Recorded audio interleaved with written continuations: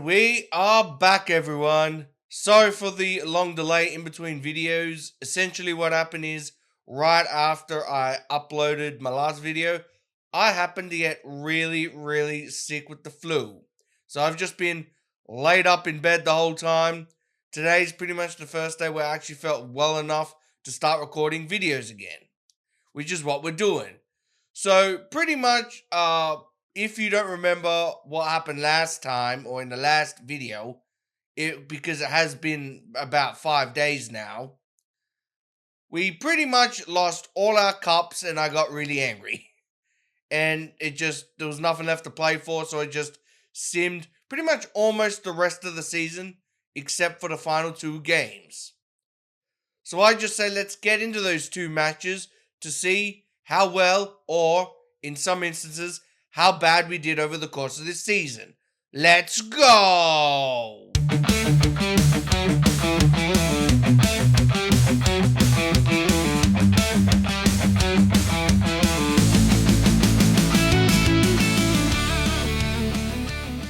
And here we are, everyone, for the final two matches of the season.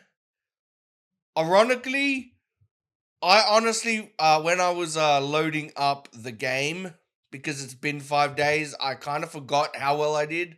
I was actually dreading looking at the table, but then when I opened it, I realized for a season where we came in, took over, and then in the relegation zone, we're in a pretty decent position. We're coming 12th, which is pretty good.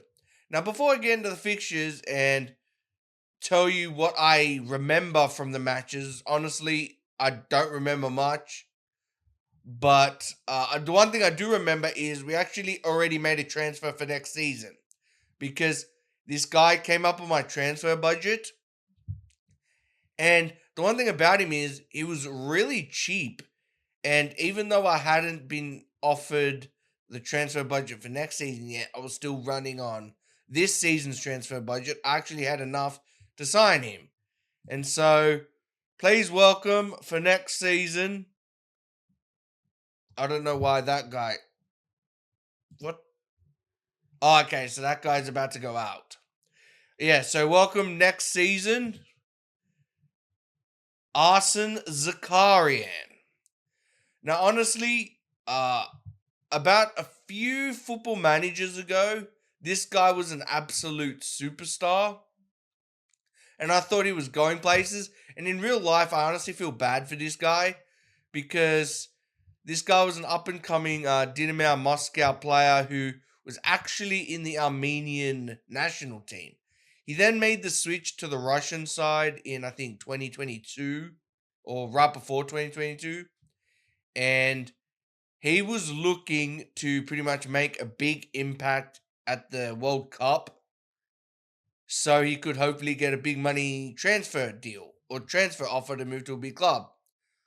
Unfortunately, that didn't come to pass, because as that happened, Russia decided to be Russia.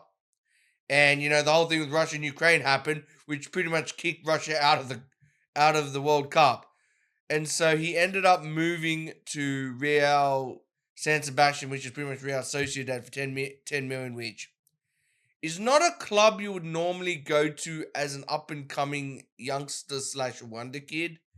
You kind of would want to move to maybe like a team that's like a little bit below that, like a Brighton or an Aston Villa, a team to develop you, instead of moving to like a Sociedad who is always up there trying to like challenge. Obviously, never winning the title, but trying to challenge. And because of that, they rarely ever used him, which is what I feel like the real Real Sociedad will probably end up doing.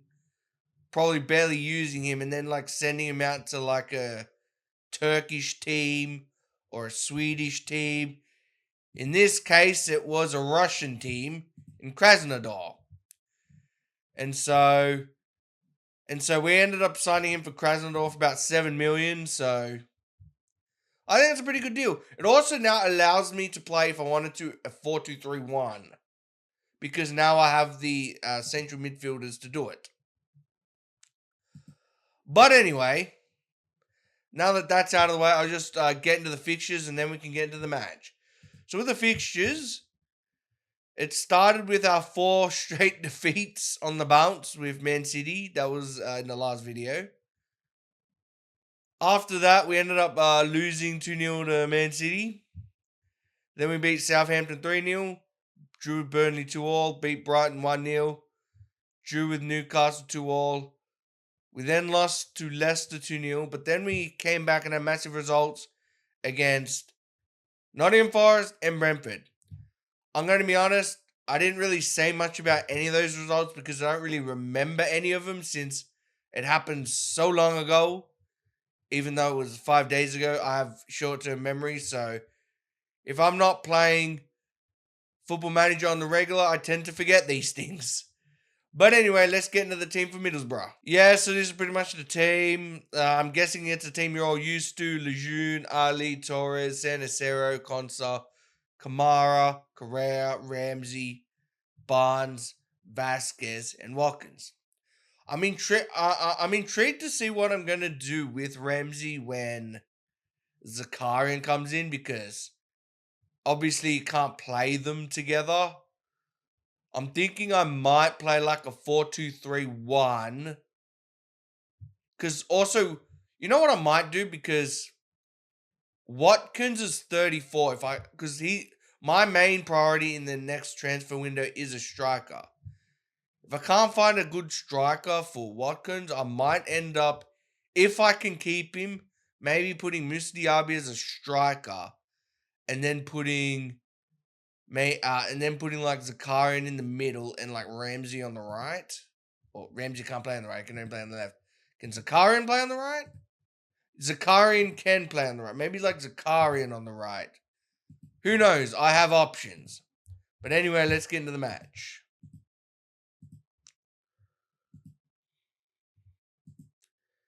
Yeah, so pretty much the next transfer window, because even though I'm going to play these 2 matches, it's only to show you guys where we end up finishing the season.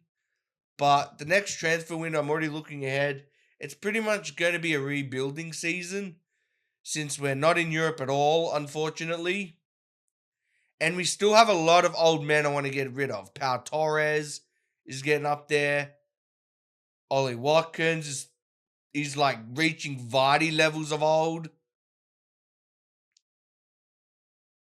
We then have Musa Diaby, who and we've scored with Vasquez. Nice.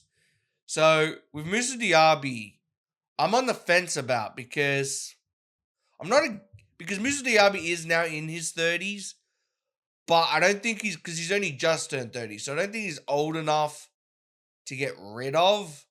However, if a good offer came in from like a Saudi club, I wouldn't mind accepting it. In fact, in the January transfer window, he did actually get an offer from a Saudi club, but he turned it down, which shocked me because usually like the Saudi clubs, offer that silly money, and he turned it down.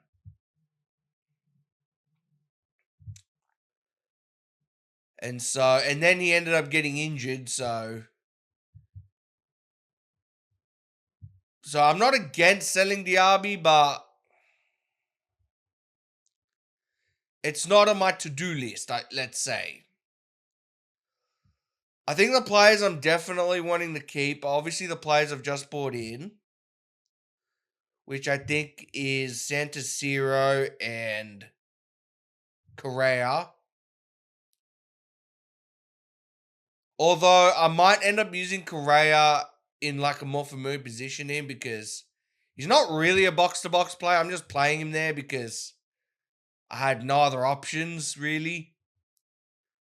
Oh, no. Oh, wow. They scored. I have no idea how that went in. It was from a tight angle, too. Well, it doesn't really matter. I'm not really mad about this result. We're in a pretty good position. Pretty much mid-table, which is where I wanted us to come. The funny thing is I'm not sure if you saw the table, is that Leighton Orient has a chance of getting relegated. They're, I think, 2 points above the drop, but they do have a game in hand. So if they lose both their games, and I think Bournemouth, who's coming 18th, if they win, Bournemouth leapfrog them. That's like really bad for them, considering the fact that when I was with them, they were coming 5th. I left them at the perfect time before they just dropped off a cliff.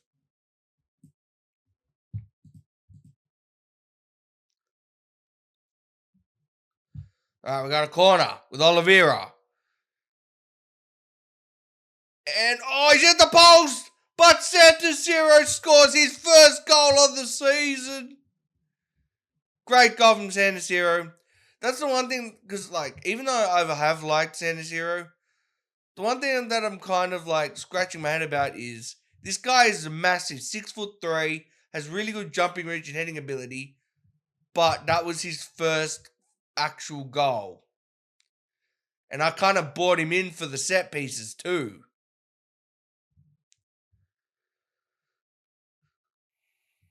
But I'm just glad he's finally got on the score sheet. He can, oh no, now they're in again. I don't think that was offside. I think that was in line. But it doesn't really matter.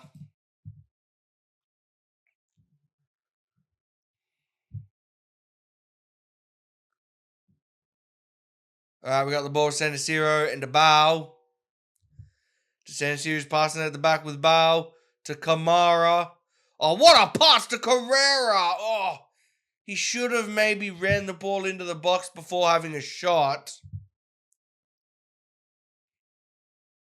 All right, here we go. Barnes, who's another one I'm still unsure about of what to do with.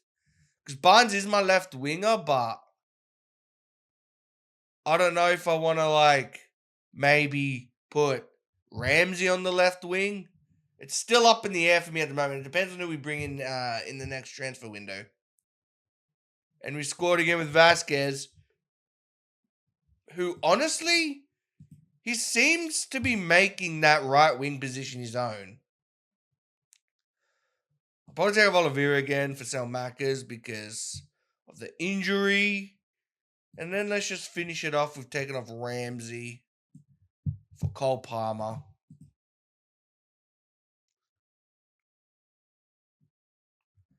Like, we are on, even though it's only 3-2, I mean, conceding 2 goals from 3 shots is pretty disgusting. Not going to lie. I don't know where Lejeune's form has gone, but normally he's like saving shots for fun. Oh, great tackle there, but they've got the ball back.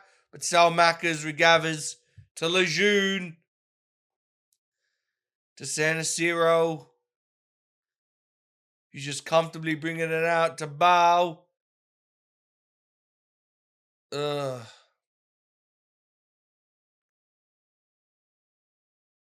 Now they have the ball again, but poor pass from them. But we got the ball back with Watkins, who I'm making sure is going to retire at the end of the season, hopefully. And Vasquez again from that wing position. How can I bring back Diaby in the wing position without great Vasquez is going there? It took him some time to adjust, but once he's figured out that role, he's been outstanding. Because I was originally going to use him in the Ollie Watkins position, but he was so dreadful at striker that I had to figure something else out. And then with Diaby getting injured, it became the perfect opportunity for him.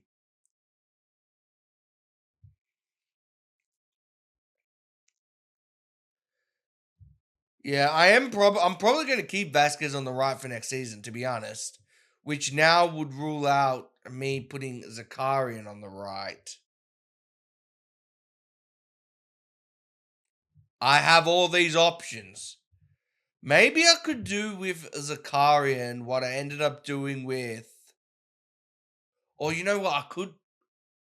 I was thinking about maybe going back to a 4-2-4, but I don't think that's a good idea because the problem with Aston Villa is we have a lot of wingers and attacking midfielders, but not out and out strikers. So I don't think a 4-2-4 would work. Maybe I'm thinking my most likely bet is to go to a 4-2-3-1. But it's gonna depend on who I get in for next season. But anyway, we just destroyed Middlesbrough, so now let's head to the Chelsea match. And here we are for the final game of the season against Chelsea. So I have made quite a few changes because all these injuries kind of came out of nowhere. So what I've done is I put Ramsey on the left wing because I want to test him out to see how well he does. Because I know we have Mark Barnes who's really good, but I'm just keeping my options open. I want to see how Ramsey does on the left. So that means I've brought in Cole Palmer in the middle. And also Santaceres had to go left back. And Masteris has come in as centre back because Ali Dogan got injured. So with that out of the way, everyone else is pretty much the same. So let's get into it. Oh, also, to keep you up to date, Leyton Orient has lost their game in hand, so they could end up getting relegated. And the for and against is, I think there's only one goal in it. I think Leyton Orient's -24. Bournemouth is like -25. So Leyton Orient could end up getting relegated here, which that would be an absolute travesty after what I've done with them. I just hope they don't blame me for the capitulation if that happens. Oh, great tackle, Torres. Oh, no, they're in. And they've scored. But they're checking for offside. I don't think it was offside. I wasn't paying attention to the flag man, though. What? Oh, it is offside. Okay. I'm kind of surprised by that one. I wasn't really paying attention to the offside call, but I'll take it. Considering the amount of calls that have gone against us this season, both when I was at Leyton Orient and Aston Villa. Alright, we got the ball. Kamara to Masteris. To Palmer. To Carrera. To Ramsey. Bad first impression on that wing. His first touch that I've seen, he gets tackled. But he wins the ball back. Great job, Ramsey. To Santaceres. To Powell. To Carrera, who runs in the middle. Bad pass from him. We love making bad passes. But we get the ball back. It's gone back to the keeper. And we get tackled with the ball. I think that was Palmer who got tackled. And they're in. They're not going to be denied this time.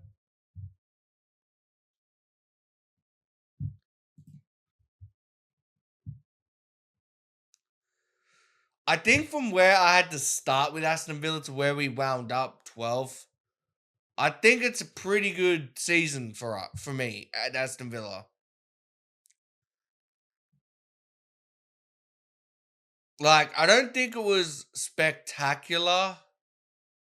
Because what was it without, like we didn't pull an Emery, where when Emery took over, they were in the relegation zone, and he manages to get them to I think 7th by the end of the season.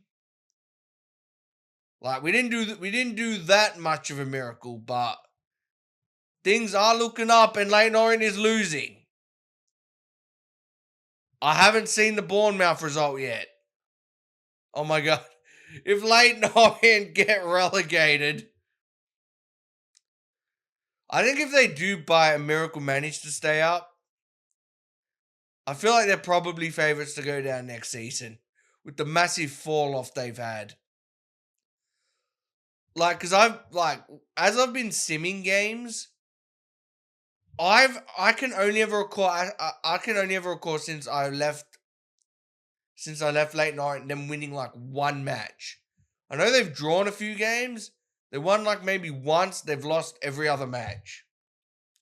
Because remember, when did I leave him? Like November? I think it might have been November. I left him in November. They're on 25 points. I think now they're on 34. So they made like 9 points in about, what was it? December, January, February, March, April, May. Yeah. So they've made 9 points in 6 months. Wild.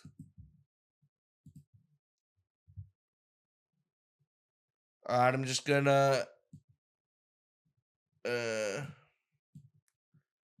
on Salmakers, Bow, and that's it.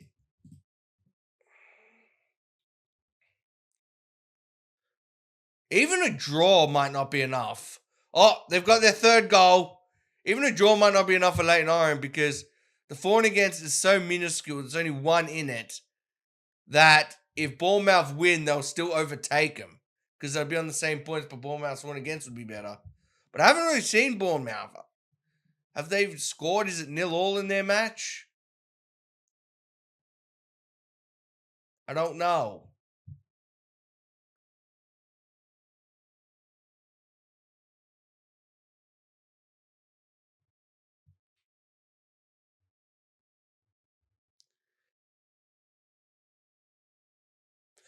Oh my God! Leyton Orient with the comeback!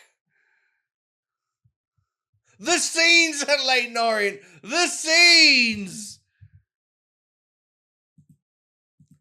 Did they win? They won! They beat West Ham 4-3. What happened to Bournemouth? They drew Burnley 1-1. Wow. That was a wild result at Leyton Orient. They managed to stay in it. I'm just happy that even though they had a massive head start on me, I was able to finish above them with Aston Villa this season. Alright, well, I'm just going to go ahead and see if there's any interesting letters we get. O to the M to the G. 71 million to spend. That's all on me. Damn, that's ooh. Ooh, I've never gotten nearly this much, even when I was at Leyton Orient. That's a juicy transfer budget. And that doesn't include the signing we already made with Zakarian. Ooh, I can't wait to spend all that money. And we made it, everyone, to the Premier League transfer window. Now, not much really happened in the way in terms of interesting and important letters that came our way. Although, I did get a few concerning notifications regarding Saudi Arabian clubs circling two of my key players in Boubacar Kamara and Jacob Ramsey. That's kind of concerning. We'll see how that plays out. But anyway, I'm going to end the video here. And next time we are going to be at the pretty much start of next season. And I'll show you all of my brand new exciting transfers to show off. So thanks again for watching, guys. Have more parts out soon. If you liked the video, like and subscribe and do all that jazz. So thanks again for watching, guys, and see ya.